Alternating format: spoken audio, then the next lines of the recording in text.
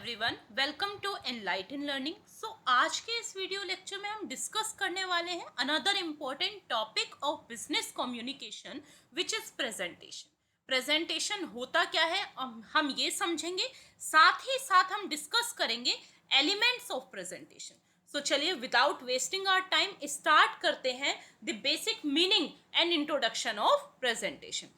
Presentation होता क्या है? देखिए, प्रेजेंटेशन वर्ड जब भी हम सुनते हैं हमारे माइंड में एक चीज क्लिक करती है, वो ये है कि आपको रिप्रेजेंट करना है किसी सेकंड पर्सन के सामने, किसी सेकंड पार्टी के सामने, वो आपकी प्रेजेंटेशन कहलाती है। ऐसे ही अगर हम फॉर्मली बोले तो एक presentation formal way of communication है जो कि जिसका मेन मोटिव होता है शेयर करना इंफॉर्मेशन, आइडियाज, मैसेज। अब ये सारी चीजें किसके साथ शेयर करनी है? ऑडियंस के सामने आपको शेयर करनी है। जो पर्सन प्रेजेंट कर रहा है उसे हम प्रेजेंटर बोलेंगे या फिर स्पीकर बोलेंगे। एक स्ट्रक्चर्ड वे ऑफ कम्युनिकेशन होता है आपका प्रेजेंटेशन। स्ट्रक्चर्ड वे का क्या मतलब है बच्चे? कि आपका टॉपिक क्या होने वाला है प्रेजेंटेशन का, ये भी आपको पहले से पता होता है।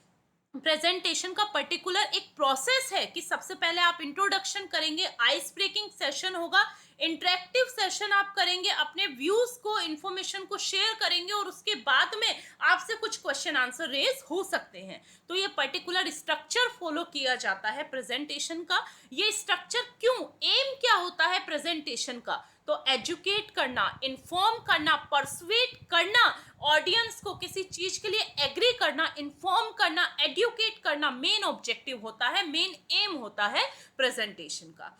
Presentation with the help of verbal and visual tools करी जाती है। वर्बल का मतलब क्या है कि एक स्पीकर ऑरल कम्युनिकेशन कर रहा है, ऑरली अपनी प्रेजेंटेशन को प्रेजेंट कर रहा है, तो वो आपकी वर्बल प्रेजेंटेशन होती है। वही विजुअल टूल से मतलब है कि कोई वीडियो दिखा के, एनिमेशन की हेल्प से, कार्टून की हेल्प से कुछ भी मैसेज को डिलीवर कर रहा है in front of audience, that is known as visual tool.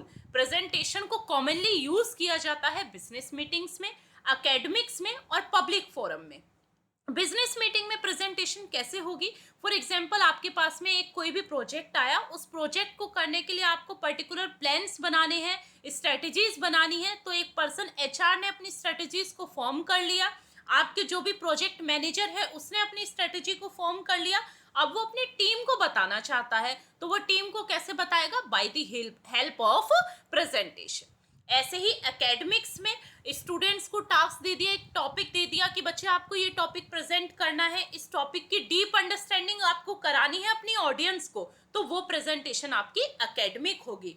Public forum में कैसे? कोई भी न्यू लॉ इंट्रोड्यूस कर रही है गवर्नमेंट ऑफ इंडिया, या फिर कोई एक कंपनी न्यू प्रोडक्ट लाइन को इंक्रीज कर रही है, तो उसमें जो आपकी प्रेजेंटेशन होगी वो एक पब्लिक फोरम की प्रेजेंटेशन होगी।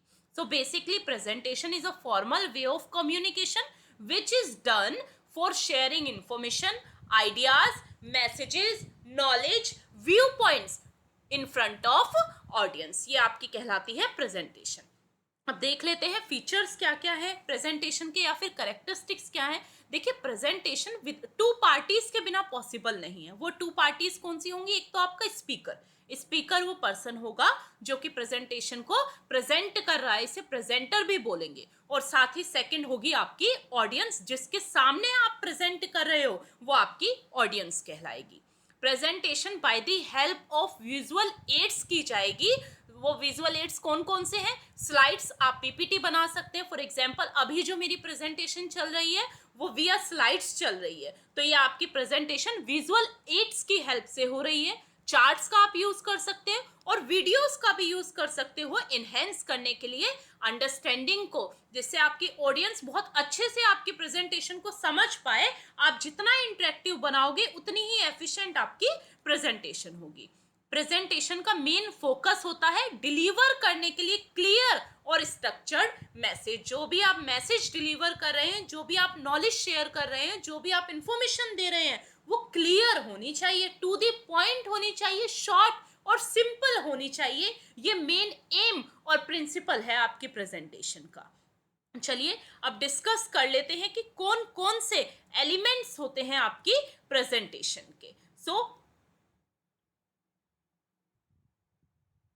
So elements of presentations, there are total 3 elements of presentation. First one is speaker, second one is purpose and third one is audience. Speaker को ही अभी हमने लास्ट स्लाइड में डिस्कस किया है कि स्पीकर को ही हम बच्चे किस नाम से जानते हैं, प्रेजेंटर के नाम से। और नेक्स्ट होता है आपका पर्पस। पर्पस का मीनिंग क्या है कि आप प्रेजेंटेशन कर क्यों रहे हैं, आपका पर्पस क्या है। उसके बाद नेक्स्ट हो जाती है आपकी ऑडियंस। ऑडियंस कौन है, ऑडियंस वो पूरी मोब है, वो पूरी भीड़ है जिसको आप प्रेजेंट करने वाले हैं, वो आपकी कहलाती है audience. One by one deep में स्टडी कर लेते हैं कि प्रेजेंटर कौन होता है।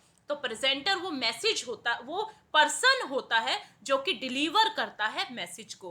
प्रेजेंटर को ही स्पीकर भी बोला जाता है। प्रेजेंटर एक क्रिटिकल रोल प्ले करता है प्रेजेंटेशन में।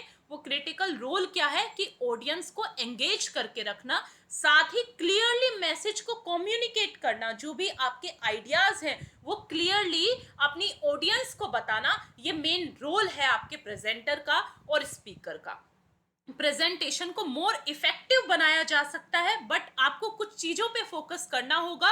और वो चीजें कौन सी होगी जिस पे आपका मेन फोकस रहना चाहिए, आपकी बॉडी लैंग्वेज, आपका पोस्चर, आपका टोन ऑफ द वॉइस, आपकी प्रेजेंटेशन स्किल्स क्रिएट करती हैं इम्पैक्ट प्रेजेंटेशन पर। सो ये सारी चीजें ध्यान में रखनी होती हैं प्रेजेंटर को कि एक इफेक्टिव प्रेजेंटेशन वो ही है कि थ्रू आउट द प्रेजेंटेशन आपकी ऑडियंस इंटरेक्टिव रही, आपकी ऑडियंस एक्टिव रही, कहीं भी पलक नहीं झपकाई आपकी ऑडियंस ने। अगर ऐसा है तो आप एक बेहतर प्रेजेंटर हैं, आप एक बहुत अच्छे स्पीकर हैं।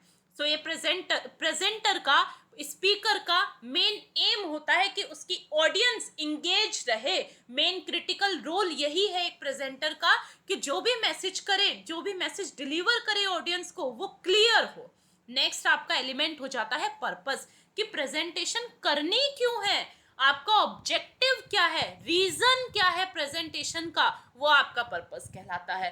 रीजन क्या हो सकता है, इन्फॉर्म करना हो सकता है, परसुएट करना हो सकता है, एडुकेट करना हो सकता है, इंस्पिरेशन भी आपका रीजन हो सकता है प्रेजेंटेशन का, या फिर आप अपनी ऑडियंस को अपडेट करना चाहते हैं, जो भी उनके पास नॉलेज है उसमें कुछ इनपुट चाहते हैं, इनपुट देना चाहते हैं। ये मेन एम होता है आपकी प्रेजेंटेशन का। पर्पस क्लियर होना चाहिए in the mind of presenter. Presenter को पता होना चाहिए, स्पीकर को पता होना चाहिए कि जो प्रेजेंटेशन होने वाली है उसका मेन ऑब्जेक्टिव क्या है, रीजन क्या है।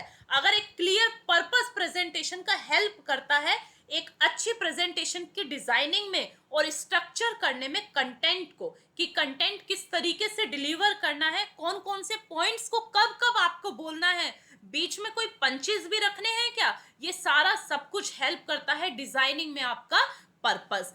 सो प्रेजेंटर वो पर्सन है जो कि प्रेजेंटेशन देगा, पर्पस होगा, और लास्ट एलिमेंट है आपका ऑडियंस। ऑडियंस कौन है, ऑडियंस वो ग्रुप ऑफ पीपल है जिसको आप प्रेजेंटेशन देने वाले हो, जिसके लिए प्रेजेंटेशन आपने प्रिपेयर करी है, वो आपकी कहलाती है ऑडियंस। ऑडियंस की अंडरस्टैंडिंग, ऑडियंस की नीड, इंटरेस्ट और उनकी एक्सपेक्टेशन इंपॉर्टेंट होनी चाहिए, और जो एक्सपेक्टेशंस हैं उसी के अकॉर्डिंग आपका कंटेंट आपको रेडी करना है, उसी के अकॉर्डिंग आपको अपने प्रेजेंटेशन को प्रेजेंट करना है। ये एक प्रेजेंटर को ध्यान में रखना चाहिए कि जो भी कंटेंट है वो ऑडियंस की इंटरेस्ट, नीड के अकॉर्डिंग हो, जो भी ऑडियंस की एक्सपेक्टेशंस है उसको मीट करे आपकी प्रेजेंटेशन। अगर ऐसा नहीं है तो आपकी प्रेजेंटेशन एक इफेक्टिव प्रेजेंटेशन नहीं होगी। एक इफेक्टिव प्रेजेंटेशन वही है जो ऑडियंस को इंगेज करके रखे by addressing their concerns and using relative